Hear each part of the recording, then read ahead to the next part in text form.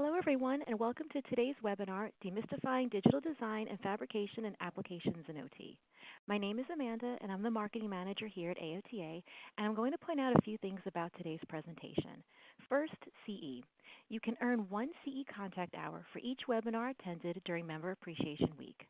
At the conclusion of the webinar, you will receive an email from AOTA Webcast containing a link to your CE certificate. However, you must stay on for the entire webinar until you view the pop-up screen that says the webinar is now over in order to receive your CE certificate email. Next, questions. On the left side of your screen, you'll see an Ask a Question pod. This is for you to type in questions you may have for our presenters throughout the webinar. Questions will be answered towards the end of the webinar, and the presenters will do their best to answer as many questions as time allows. And last, resources. Additional resources for this webinar can be found in the Event Resources pod located below the Ask a Question pod. Simply click on the pull-down arrow to view the available resources. And with all that, let me introduce today's presenter, Robin Janson. Robin? Great. Thank you, Amanda, and hello, everyone. During this webinar, you're going to learn how digital models for 3D printing are acquired, how 3D printers function, and then I'm going to show you some applications for 3D printing in OT education and practice. Digital design and fabrication technologies are those technologies that essentially use a computer to create the digital design, which is also referred to as a digital model, and those technologies that are used to control the machines that take the digital designs and make them into tangible physical objects. For example, computer-aided design software is a digital design technology used to create digital models that can be fabricated in a physical form on a computer-controlled 3D printer. 3D printing is a form of additive manufacturing, and with additive manufacturing, objects are created layer by layer, typically from the bottom up. There are different types of 3D printing processes. In today's presentation, I'm going to focus on consumer desktop fused deposition modeling 3D printers that use plastic filament. Here's an overview of the 3D printing process. In the slides to follow, I will go into more detail about each of these steps. The process starts with a digital designer model, which is imported into printer control slicer software. This software is used to prepare the model to be 3D printed. Once it's ready, it's sent to the 3D printer, which takes the digital version of the model and transforms it into a physical, tangible object. This object can serve as a prototype for further testing and development, or as an in-use object, such as the assistive device shown here, to help unscrew a bottle top. Now let's talk about each step of the 3D printing process in more detail. Digital models may be acquired in a number of ways. Commonly, they are created with computer-aided design software. This software ranges greatly in complexity as well as cost. Another source of digital models is from online repositories. This is especially wonderful when you do not have skill in using CAD software. Many of the digital models from online repositories can be downloaded for free. And for example, the wrist bone model that you see to the lower right is available for free download from the NIH 3D Print Exchange. The wrist model was created from a scan, either a CT scan or an MRI, I can't recall exactly. So scan data from CTs and MRIs can be processed with special software to create a 3D printable digital model. There's another scanning method that utilizes a special scanning device that essentially can be used to digitally replicate physical objects. And then another method is photogrammetry, and it's a technique where a series of photographs of an object are taken and processed through special software to create a digital model. If you have interest in trying out a relatively simple 3D modeling program that is recommended for second graders and up, I suggest you try Tinkercad by Autodesk. This is free software, and it essentially involves adding and subtracting shapes. And you can see some of the primitive shapes to the right of the screen. You can also, once you create your design, you can export it for 3D printing. You can even import existing designs and make minor modifications. Tinkercad doesn't have the full functionality of the sophisticated CAD programs, but there's quite a bit that you can do with it. So for more information, I encourage you to go directly to the Tinkercad site and view the tutorials. They're very self-explanatory. I pretty much taught myself using Tinkercad. And later I'll show you a few items that I created in Tinkercad. When you do not have CAD skills, and that's how I basically operate, I don't have great CAD skills yet. So when you don't have the skills to create your own digital models, you can access those that others have shared from online repositories. One of the largest and most popular online repositories of digital models is Thingiverse by MakerBot. MakerBot is a manufacturer of 3D printers. On Thingiverse, anyone can create an account and upload their digital designs. For the most part, the designs are not peer-reviewed and there's no guarantee of quality. So if you print items that you've downloaded from an online repository, it's important that you ensure that they are safe to use and that it functions as intended. On the right is STL Finder. This is a useful web search engine that with a keyword will search a number of the various online repositories for you. And by the way, the .stl is a common file extension format for digital design. So if you have a file and you see .stl after it, that's a digital model. Here's an example of a hand that was scanned with a scanning device. I'd like to thank Ben Salatin. He's a clinical rehabilitation engineer for sharing his work. This is his work. As you can see in the far left, there are some areas of the digital hand that was scanned that are missing portions. So this required some cleanup work, as you can see in the middle image, so that the surfaces were contiguous.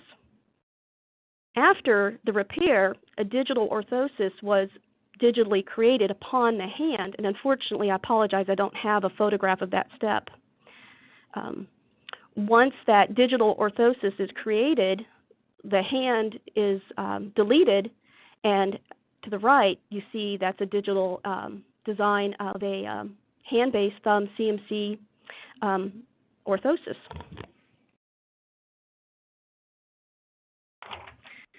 On the top left is the print of the orthosis after I removed it from the 3D printer, and it has a brim at the base that I'll talk a little bit more. I'll talk more about later. This orthosis took about 4 hours to 3D print. Personally, I believe it'll be some time before we see orthoses commonly 3D printed in a clinical setting. The technology required to scan and to create the digital orthoses requires special training and time, and then the length of the time it takes to 3D print an orthosis is too long currently.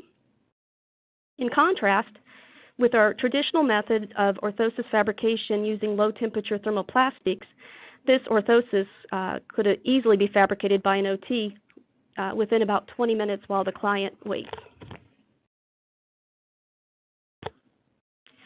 The next step involves the use of printer control slicer software to prepare the digital model in a format that the 3D printer can print.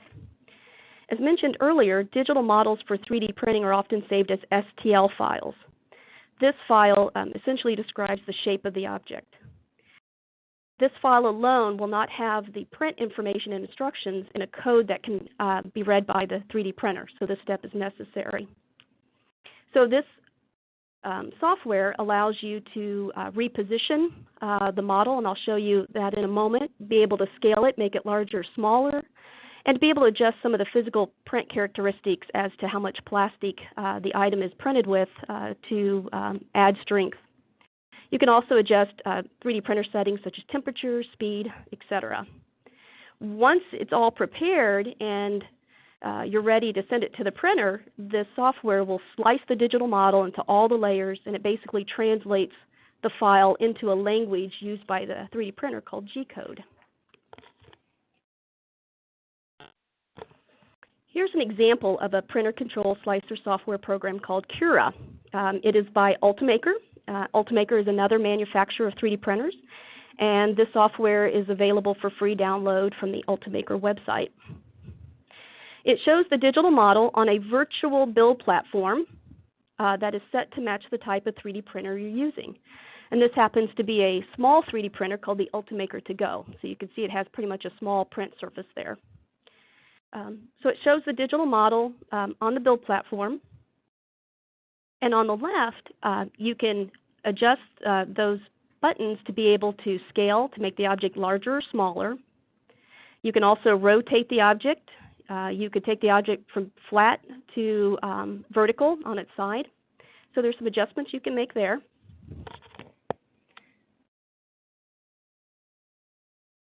Here, on the right side, you can adjust print characteristics such as layer height, which is how thick the plastic will be as it is laid down layer by layer. You can also adjust the infill, which is how much plastic will be inside of the object, and here you can see it's set to 30%. You can also select to generate support. I'll talk about that later. And this is just the basic default settings that you can adjust. If you want more control to make greater adjustments, you can always select the custom button to the upper right. What I like about the software is that at the bottom, printing this at a 0.2 millimeter layer height at 30% infill, I can see they're estimating that it'll be about 38 minutes to print. So once I'm satisfied with the print setup, I save it to File. And with the particular printer that I would be printing this object on, the Ultimaker 2, I would save it to an SD card that I would insert to the 3D printer to be able to run it, and I'll talk about that a little bit later.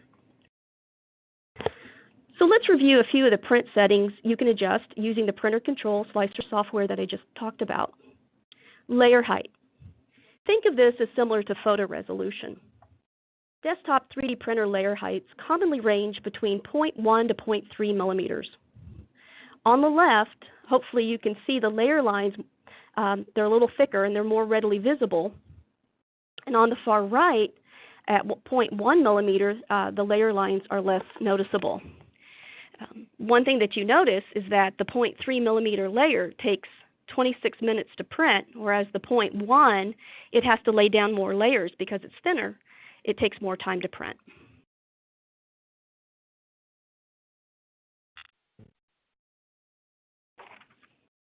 Infill density is the amount of plastic that is printed inside the object and contributes to strength. On the far left, 0% infill is essentially would yield a hollow object that would be very weak. 100% infill would be 100% plastic. Oftentimes, infills are in the range of 15 to 50%.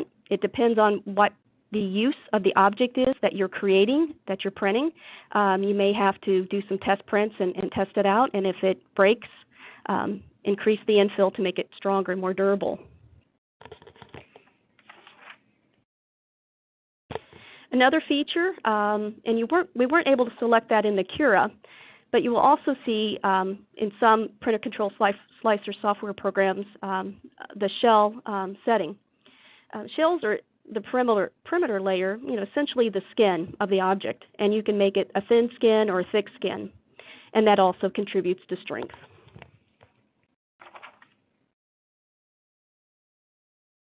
Earlier, I mentioned something about supports. Carefully take a look at digital models for any overhangs. Recall that objects have to print from the bottom up, and so a previous layer is required for subsequent layers to be built upon. So for example, if you printed the letter T, standing as shown on the far left, the print would progress nicely, layering from the bottom up until it was time to print the horizontal top part of the T. So without that previous layer, to support the new layer, it would droop and string as shown to the right. To make the letter T printing in this orientation print nicely, you would select to print with supports as you were preparing the model. Another strategy that would involve less plastic and shorter print time would be basically to reorient the T, so instead of it standing, laying it flat for printing. Here are some examples of bone models printed with supports. The supports are generally thinner, and so once the model is fully 3D printed, you can use pliers and a utility knife to carefully remove all the support material. So an overview, continuing the overview of the process. To review, the printer control slicer software slices the digital design into layers, and it translates the print instructions into the language called G-code that the 3D printer reads and executes. Listed here are just a couple of available printer control slicer software programs. There are quite a few that are available. All you just have to do is Google them. But MakerBot has MakerBot Print. Cura has Ultimaker. I find that printer control slicer software programs made by a manufacturer tend to be optimized for their 3D printers. Simplify 3D isn't made by any particular manufacturer of 3D printers, but it costs about $150. If you want to get some practice downloading and preparing prints, even though you may not have a 3D printer, you can easily download MakerBot Print or Cura and download a file from Thingiverse, for example, and then practice with the features, trying all the different features. And as I mentioned earlier, the prepared sliced file can be transferred from the computer to the 3D printer via an SD card, USB connection, or a USB stick. Some printers have Wi-Fi so that you can send the print remotely. So it just depends on the type of 3D printer that you have. Now let's talk about 3D printers.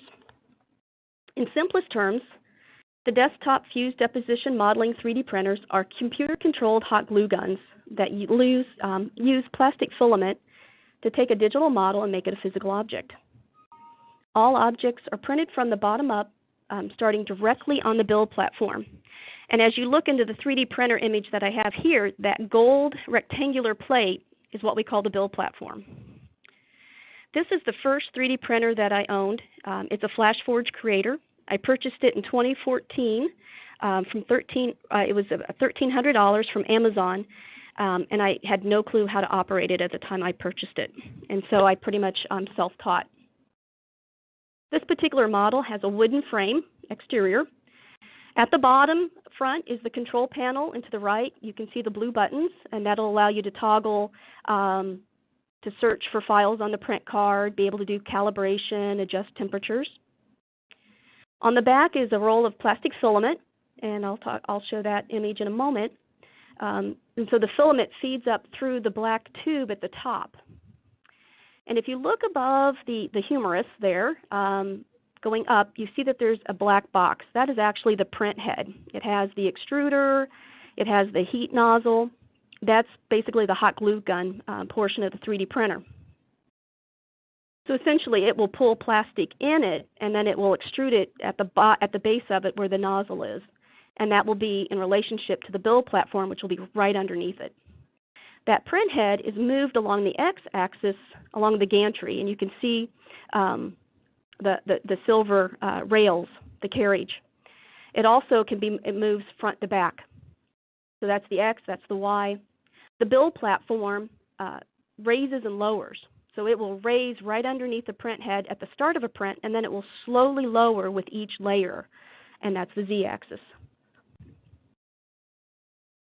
Note that you're limited to the size of the object that you print as to the size of your build platform and the distance from the bottom of the build platform to the nozzle. So I encourage you, unfortunately, we're not able to show videos in our presentations. So I encourage you, if you don't have any experience or haven't seen one in action, just check out videos online, and I'm sure there's plenty of 3D printers in action. One of the most important things to achieve with every print is for the first layer to well adhere to the build platform surface. So this, if you ask in terms of what goes wrong most frequently, this is probably it for me. So if your print fails to stick, that first layer, the printer will continue to deposit plastic. It is following the instructions. It's following that G-code. So to avoid this, you need to make sure that you have a level build platform, and so there's ways to do that. Also, you need to make sure that at the start of each print that the distance from the tip of the nozzle to the top surface of the build platform is 0.1 millimeter or even a little less. If it's too far, it's not going to stick into that first layer. Many of us use different preparations on the build platform to help adhesion. I personally, my favorite thing to do is to use a glue stick, and so I'll just rub glue over the surface, and that usually does the trick. I usually don't have any issues, except for this one time here, where the print isn't sticking. There are some special surface covers. Some people use hairspray, quite a variety.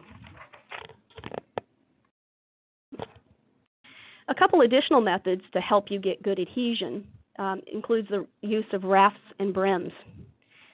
When preparing your print in the Printer Control Slicer software, you can select to have the print printed with a raft and or a brim.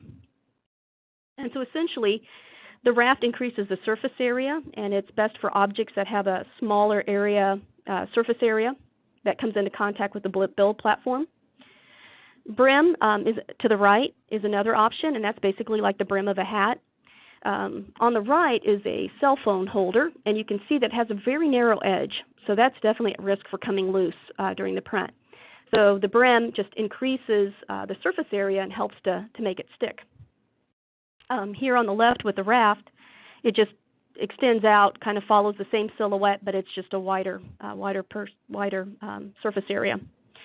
So through experience, I know when to use these and when not to, but in general, if something has a small surface area, you probably want to use them. I think the MakerBot printer control slicer software called MakerBot Print, by default, will always print with a raft. But that can be deselected if desired. So one of the downsides to using rafts and brims is that's material that you have to remove. So it's extra material, takes extra print time. Sometimes it doesn't always cleanly remove from the object you're printing, so you may have to use an X-Acto knife to cut off some pieces or do a little bit of sanding with a file, and you may have a slight cosmetic defect left. Here are three of the desktop fused deposition modeling 3D printers that I use in teaching. On the left is the FlashForge Creator Pro. It is a newer model of the one that I first purchased. Now recall that in 2014 I purchased it for $1,300. Prices have improved. This particular unit sells for about $900, and it's a good workhorse. On the right are a couple Ultimakers, and one thing that you can notice from the three of them is that they all have different sizes in terms of what we call build volume. So if you look at the build platforms, you can see the one in the middle is very large. The one to the right, it's a very small build platform, so it'll print just smaller objects.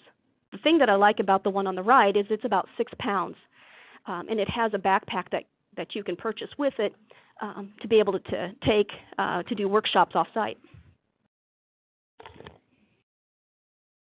Here is the MakerBot Replicator Plus.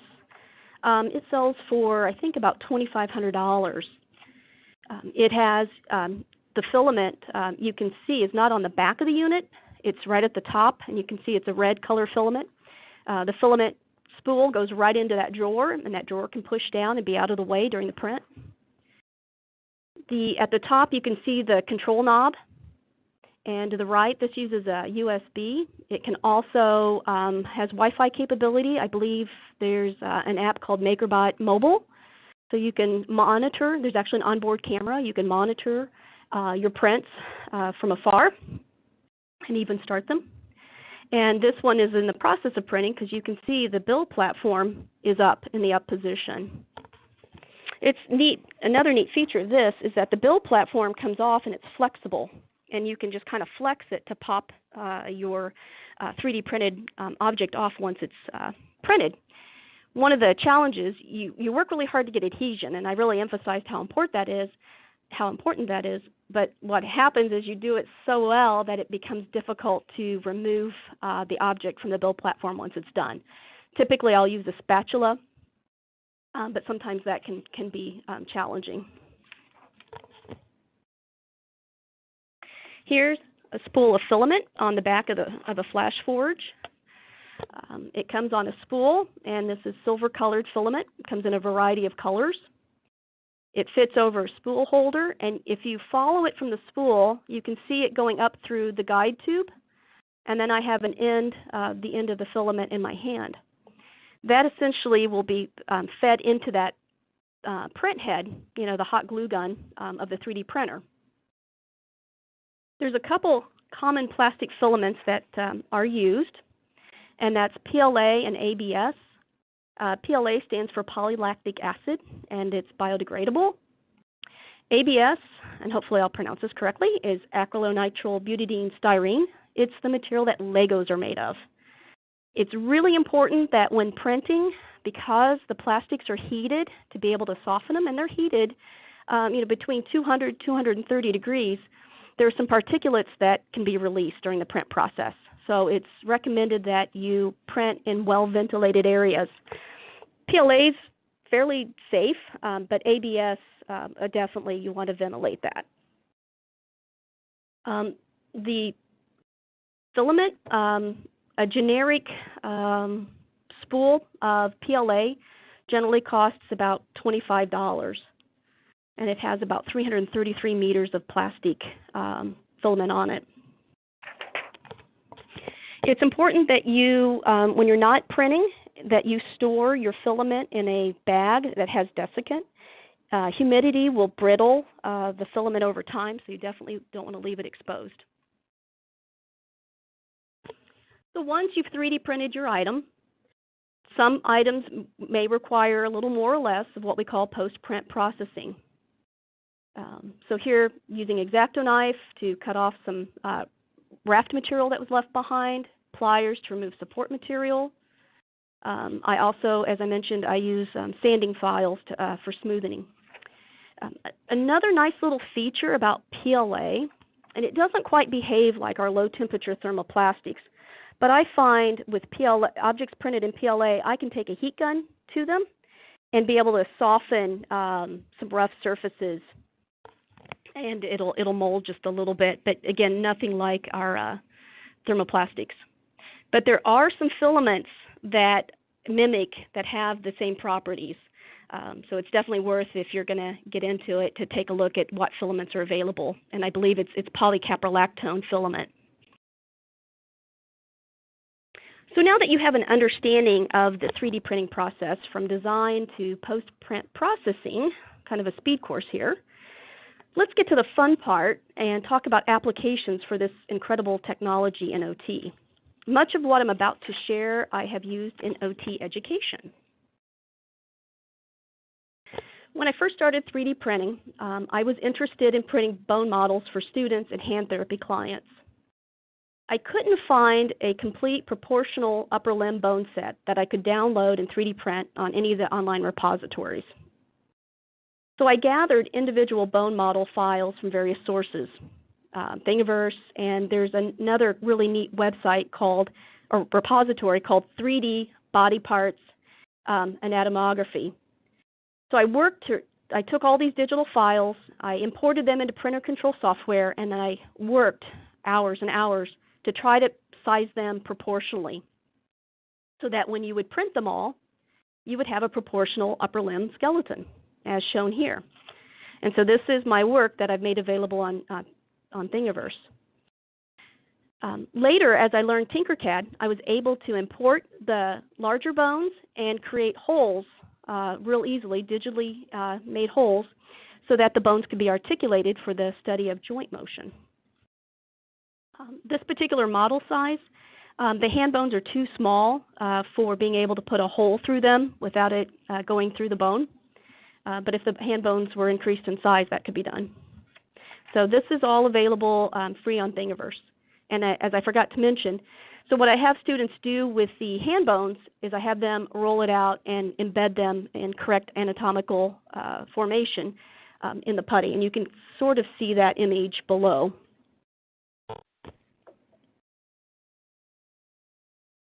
So over the course of a summer, I 3D printed about 640 bones to create 20 kits that our OT students could check out. Now, I know that seems like a lot of work, but once you have your printer set up and you just keep hitting print, you do other things, so it doesn't take all of your time to do it. So I created these kits that students could check out and take home and use as study aids during kinesiology. So to print all 32 upper limb bones, it takes about 14 hours. And the material cost, it seems a lot of time, but the material cost is about $5 of plastic to do one entire upper limb skeleton.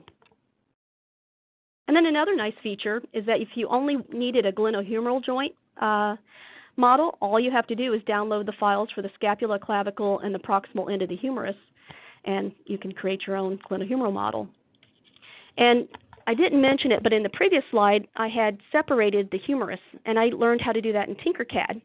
Sometimes the build platforms aren't long enough to print the humerus, so I just made it 2 pieces so that wouldn't be an issue. Using the scale feature in the printer control slicer software, I supersized a metacarpal and a proximal phalanx so that I could create an instructional model of finger MP joint anatomy. I used liquid latex to create collateral ligaments in a volar plate. And so I basically sewed those into the bones. I drilled holes to be able to do that. So with this model, I can demonstrate how joint motion changes the tension of these structures. Here is a body-powered simulator with a 3D printed terminal device. I have students wear these for learning upper limb prosthetic training. For many years, I wanted to improve my teaching of upper limb prosthetic training, and I knew that the key to do this was to be able to offer a quality experiential activity. But I found commercially available body-powered prosthetic simulators to be too expensive and cost-prohibitive. Judy Bell-Krotowski, an OT and certified hand therapist, had described how to create a body-powered prosthesis for clients with non-functional hands by attaching a standard terminal device, hook device, along with a shoulder harness and control cable to a custom fabricated thermoplastic wrist orthosis, and she called it a body-powered orthosis prosthesis. So this could be created to give a client grasp when they have a non-functional hand. So taking that idea, I found a 3D printable terminal device on Thingiverse called the Troutman Hook. Now, keep in mind that a terminal device, a metal hook terminal device, is several hundreds of dollars to purchase. And I do have a few of those, and of course they do work better, and they're more durable, but to have a number of these for students to be able to use during a lab and to even take home, 3D printing one terminal device suffices. So it was a game changer in students being able to understand how the cable and harness work and how the tension opens and shoulder flexion and shoulder protraction, and it was just really neat to see the light bulb go on once they were able to put these on and use them. To 3D print, see the plastic and the screws, it's probably less than $10 of plastic, and if you factor in the cost of the screws to make the 3D printed terminal device.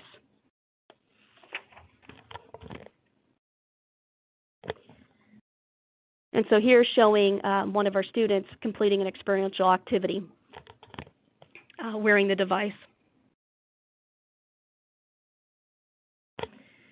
All right, so I believe that 3D printing has great clinical application, especially in creating assistive devices for clients, low-cost, customizable assistive devices. On the left is what I call a do-it-yourself button hook. I designed the handle in Tinkercad.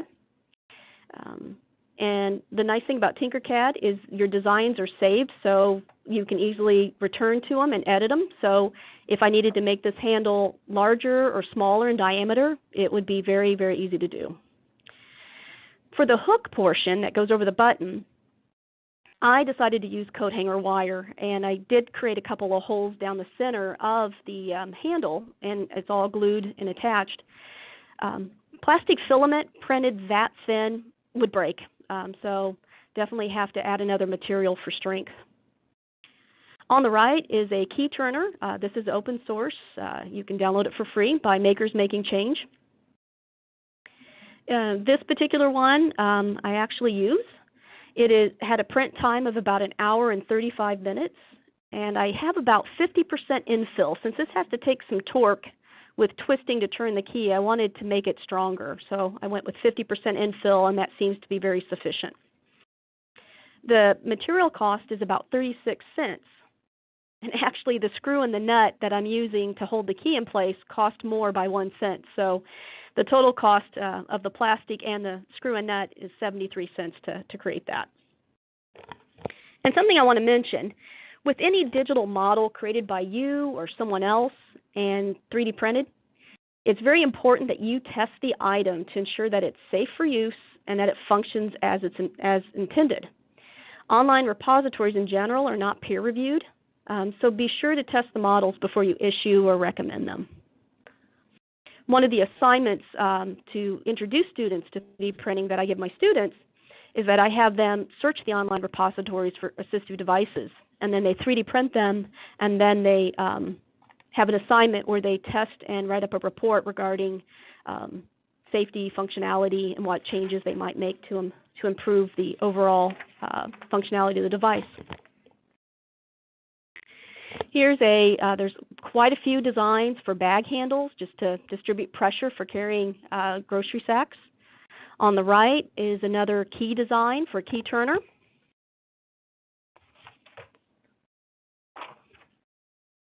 Here's a toothpaste cap aid, basically gives a lever arm to make it easy to screw and unscrew toothpaste caps. On the right, a playing card holder.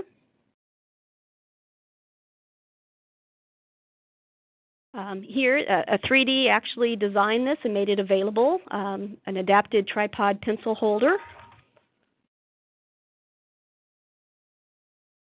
And then here's one of my favorite assistive devices. It's called the plastic cap wrench.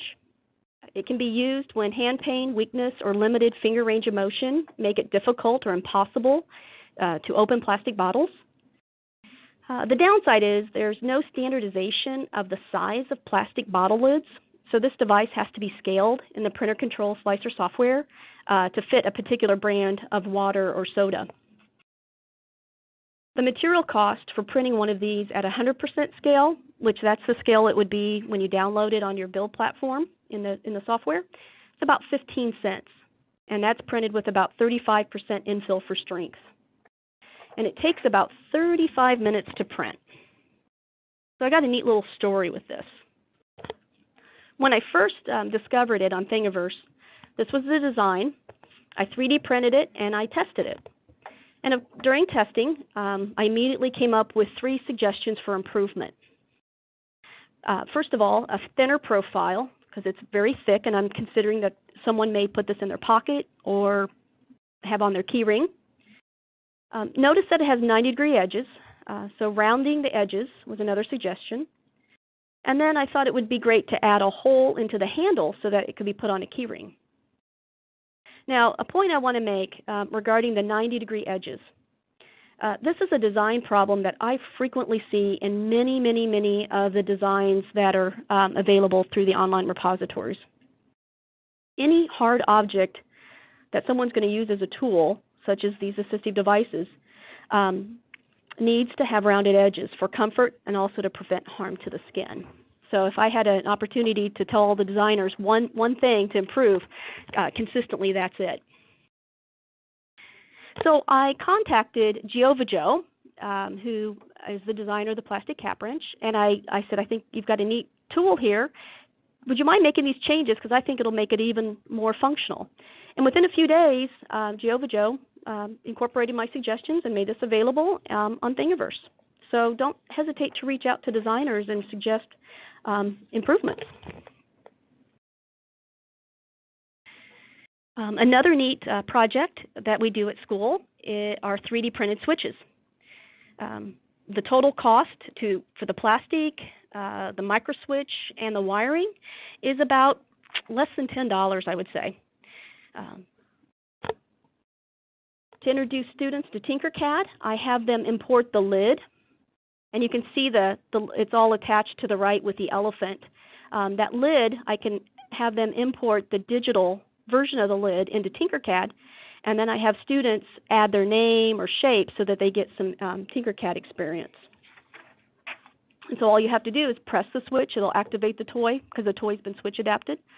Press the switch again, and the toy will stop. So fairly easy to do. A friend of mine posted a photo of her son engaging in an activity using 2-liter bottles. And she had taped them together, and they would kind of bend and kind of come loose. So to better secure the bottles, I sent her tornado tubes. And so basically it has threaded ends at both ends of the tornado tube. And so you can just screw the 2-liter bottles together. And if you want to do that and plan to add liquid, you probably want to put some rubber washers in as well to prevent it from leaking. Shown here, a variety of fidgets. The cool thing that 3D printing can do is to print things in place, all the parts. And once you remove it from the build platform, some of them have parts that you can start moving. So the gyro to the far left, you see the blue gyro, that prints flat like that. But when you take it off the build platform and you spin it, you can see the red, white, and blue one. It has movable parts. And the nut and the screw readily thread after printing. It's pretty amazing. You can even create your own custom hand tools for like putty strengthening, for example. I created this handle in Tinkercad.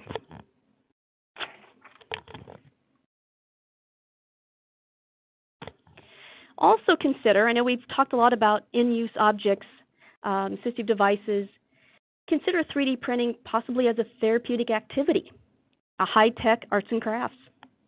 So think about all the different skills a client could work on in designing the model or selecting the model from an online repository, choosing filament color, being able to operate the 3D printer, and then complete any post-processing that's required. And when finished, the client has created something that hopefully is meaningful to him or her and that can be taken home. So to kind of wrap things up, it's a very useful technology, and I use it for things beyond OT, a lot of various things at home as well. And it's definitely, I see it as an asset in OT education as well as practice. For those of you getting started, I recommend you start your learning online. That's where the majority of my 3D printing education came from. And there are tons and tons of online sources. If you don't have a 3D printer, check your friend network. I didn't realize it, but I had an acquaintance who had a 3D printer who was more than happy to print for me and to show me how the printers worked. Also, look in your community. A lot of libraries nowadays have 3D printers that you can access at your own leisure. So that's it for today, and I'll be happy to answer any questions that you have.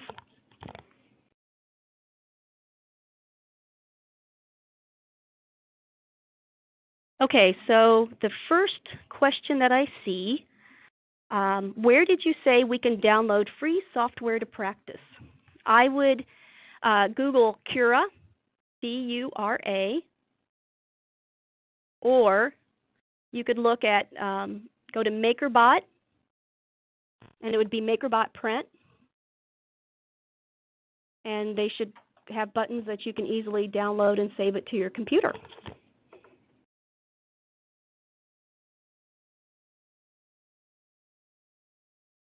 Okay, the next, I completed my undergrad at UIC and studied industrial design and had the opportunity to use one.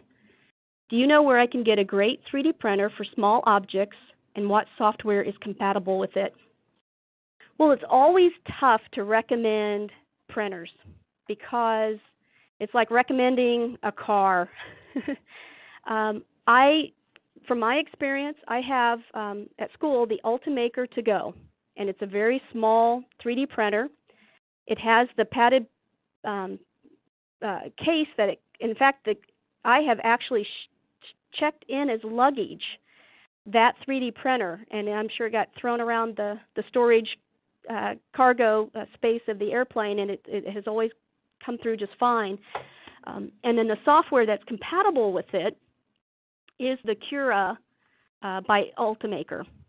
So the Ultimaker to go, check that out. And I believe MakerBot also has a small 3D printer. The Ultimaker to go, I believe, is about $1,200. There are small printers for less cost, but I tend to find that the cheaper printers tend to take more, are best suited for users that can do a lot of troubleshooting. Just to be brief. But the Ultimakers, the MakerBots, are designed to require less troubleshooting. Basically, press and print. So thank you. Next question. Are there environmental health concerns due to breathing in the plastic fumes in the room during the long printing process? That's an excellent question, and I don't know if we have anyone that has been affected that's been documented. There's an article by Azimi, A-Z-I-M-I, that I recommend that you look up, and it has to do with 3D printing particulates. But I think it's good practice to have a well-ventilated room. I've been told that printing with PLA is fine, it's safe, and you'll see it in classrooms. And I have a large classroom, and I haven't had any issues with the PLA. But the ABS, I've been in a room where ABS was being printed, and it wasn't well ventilated, and I had a pretty severe headache from it.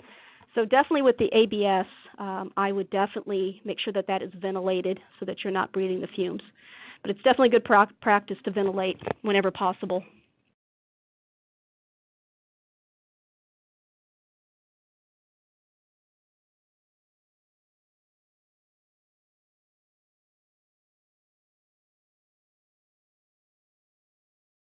Okay, let's see here. I'm just having a little bit of challenge scrolling, but I'll get this figured out. There we go. Are there typical plastic contents, and what is the health and safety concerns for the different types of each product?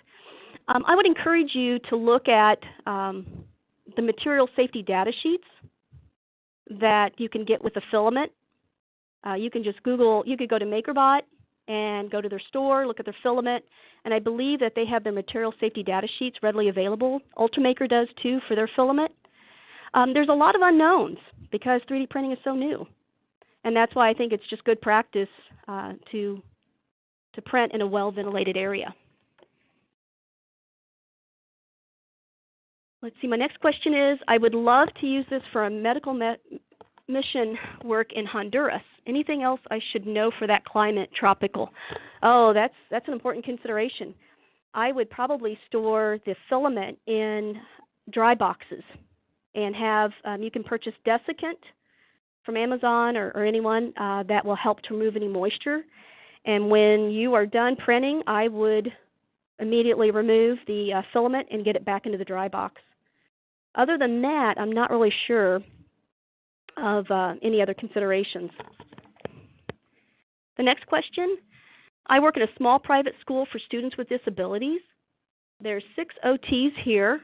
What printer would you recommend for us to use for our own interventions and with the upper school students we have?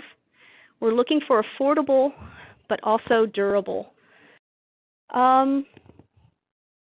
I think, and again, this is difficult to say because I don't want to show any bias for any particular 3D printer or advise one and that perhaps doesn't work out for you. The MakerBot brand has really had a lot of push into schools, and they have a lot of webinars, and they have some instructional materials. They can help you with curriculum. That printer, though, is about $2,500, and you can bundle it with support. Ultimaker is going to be in that price range. The FlashForge Creator Pro that I showed you, we have and use for $900, and it's a workhorse. So if you're willing to have somebody that's willing to take the time to learn it and troubleshoot it, that's been a pretty cost-effective printer for me. But I've taken the extra time to troubleshoot and learn how to use it well. So, okay, so my next question, how long did it take to make the button hook in Tinkercad? Is this achievable for a novice? If you would probably take maybe one weekend, take about 2 to 3 hours and go through the Tinkercad tutorials, I bet you could make that handle in no time. It's pretty easy to do because you just bring in a cylinder, you make the cylinder tall, then you bring in a couple small cylinders, and you make them holes, and you put them in the center because that's where you're going to put your wiring into. I think you could do it pretty quickly. Do you have any recommendations for how to convincingly present the need for a 3D printer to unit director? I think if you can demonstrate cost savings and perhaps address some persistent issues or problems that maybe the 3D printer can demonstrate an improvement, but definitely cost effectiveness. On what site did you find the adaptive pencil holder? Check Thingiverse, and I think you can get a copy of my slides. So find that copy and look at the URL. It may have a number, or just type in the name of the device, and you should readily find it on Thingiverse. I missed the beginning. Is this the webinar available online at AOTA? Yes, I believe this will be made available afterwards, so you'll be able to watch it again later. Next question. I love the ability to make these items, and I understand the cost effectiveness of creating adaptive devices, prostheses for patients on an individualized basis. But then we as OTs have to use a lot of time to do this, our salary. Does it still come out being cost effective overall? I think some of the simpler devices, it really doesn't take, once you have the design, you just basically hit print on your printer, and then you treat your patients, and you come back in 20 minutes to a half hour, and the design it's done. Now, some people are fortunate to maybe work in a setting where you have a rehabilitation engineer. I know some of the VAs do. And so you can take special situations, and you can go to them, and they can do the design work and the printing for you.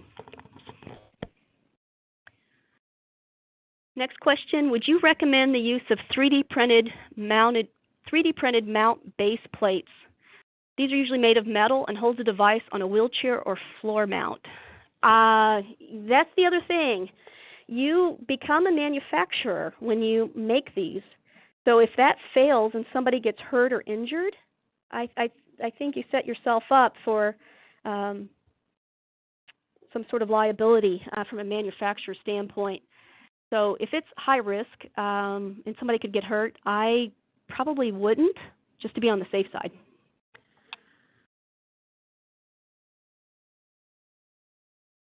Do you think this would greatly reduce the number of adjustments required for splints?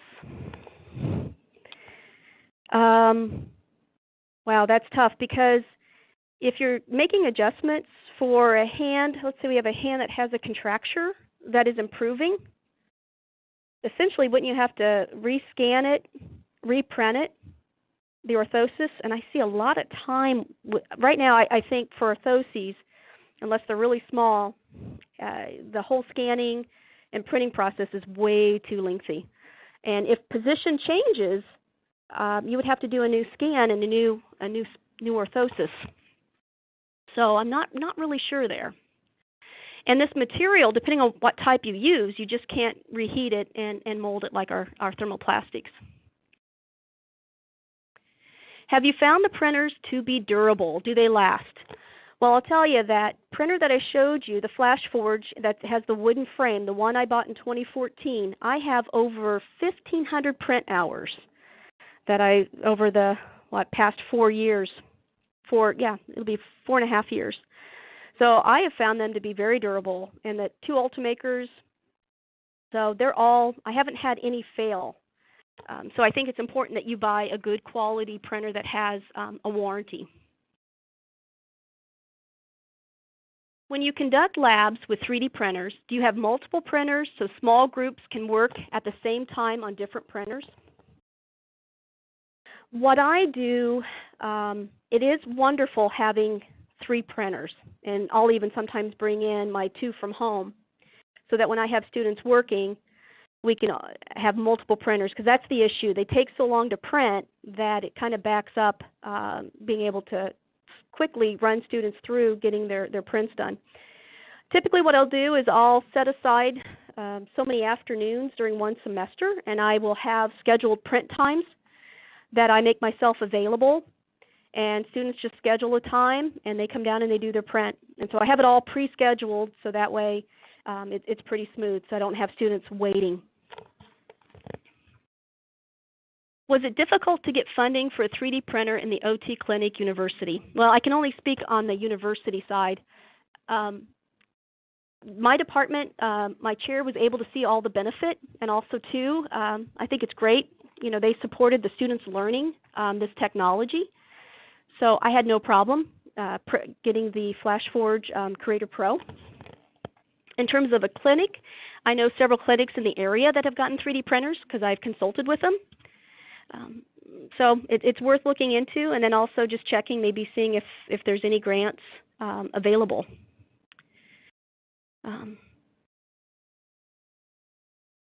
Who would you suggest to look into 3D printing? Would it be beneficial for an individual practitioner to invest in 3D printing to enhance chances of employment opportunities or creativity in a current job?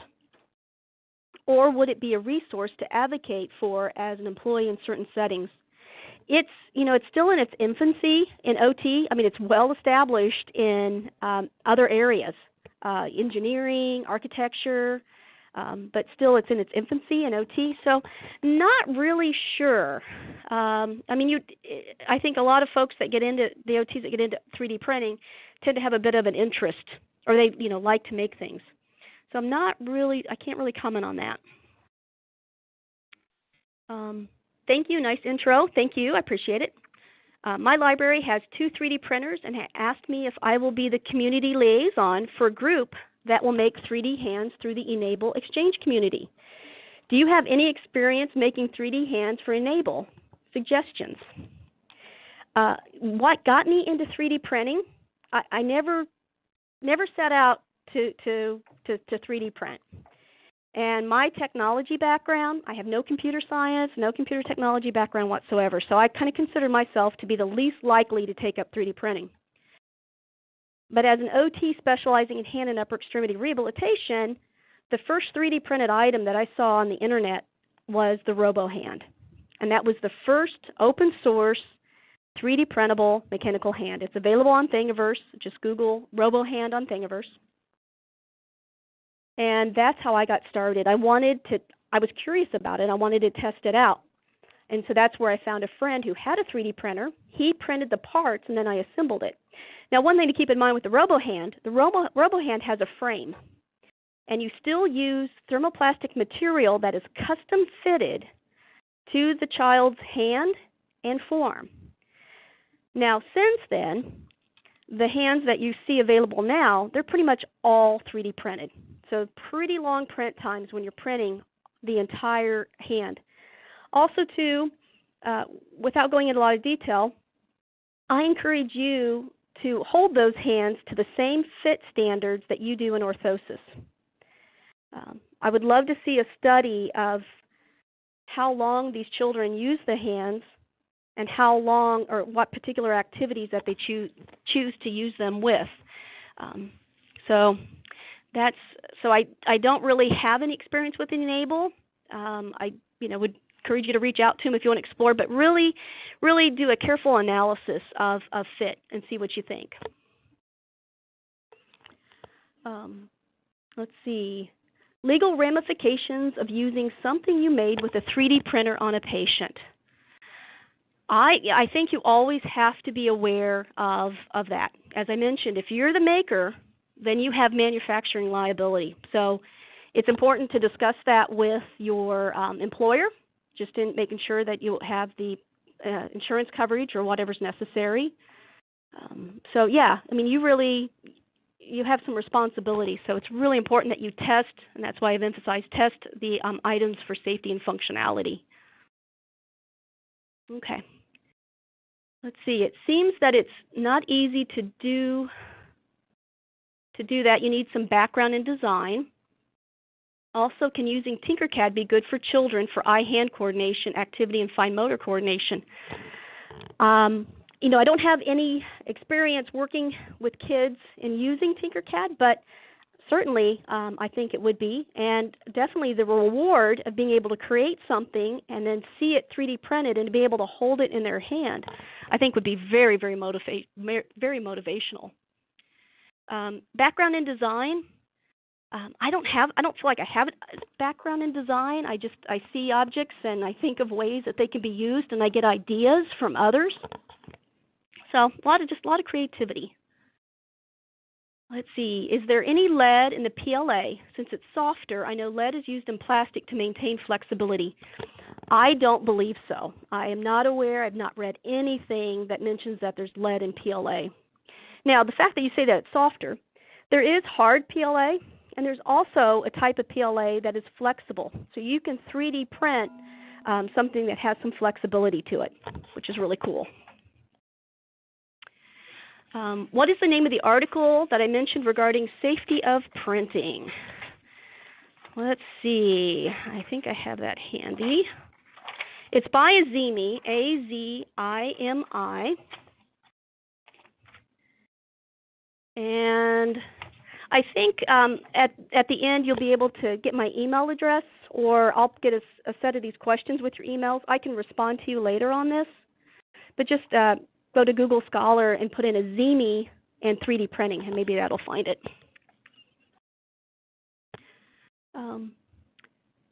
Next question, do you see the time required to print custom splints as the main barrier to using a 3D printer for this purpose? Yes. I've been very privileged to work directly with surgeons, and I have clients that walk in, and the thought of telling a client with a flexor tendon repair or an unstable fracture that they need to come back in the afternoon to get their orthosis just really isn't reasonable. So I see that the print time as being a huge barrier. But then also, too, the technology that's required to be able to scan, prepare the scan so that you have a perfect digital replica of that person's hand, I see that taking a lot of technological expertise. And is that a good use of the OT's time? When, again, I can make an awesome orthosis in less than a half hour. So until it can, the drawbacks can outweigh, I just don't see it. If just getting started with bringing 3D printing into an OT curriculum, what would you recommend as a starting budget for startup? It depends how many students you have, and it's really wonderful to have multiple printers. If you were to buy several FlashForge creators, 2 of them would be about $1,800, and they do offer an educational discount. You're looking probably $5,000 or more for several MakerBots or Ultimakers. So maybe that's hard to say. I would, if you could have at least $3,000 and be able to buy some filament with that would be good. And let's see, I answered what caused me to become interested in 3D printing. And there was a question, are there different materials that could be used in the machine, in the 3D printer, for the purposes of splinting? Yes, some can be created with the PLA.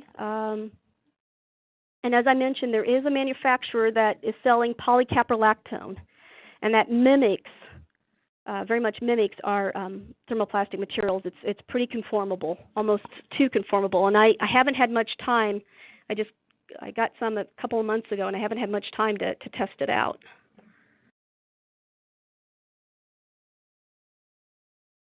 Okay, let's see what else we have. Have you used a 3D printer that uses resin, like Formlabs, rather than filament? I have not, but I've heard that the resin and the storage of the resin, that it's expensive, and it's chemical storage. So I don't have any experience in that area. And I'll just take one more question. Anything important to note when making things for students with disabilities who put things in their mouths? I would be mindful. I don't know. I don't have any experience with, and I haven't looked into using any of the materials in the mouth or chewing or ingestion. There is some PLA that is considered food safe, but I don't know about any of the materials being potentially chewed on or ingested. Would have to look more into that. So, all right. Well, thank you all for listening. I've had a great time sharing this information with you. Have a good day.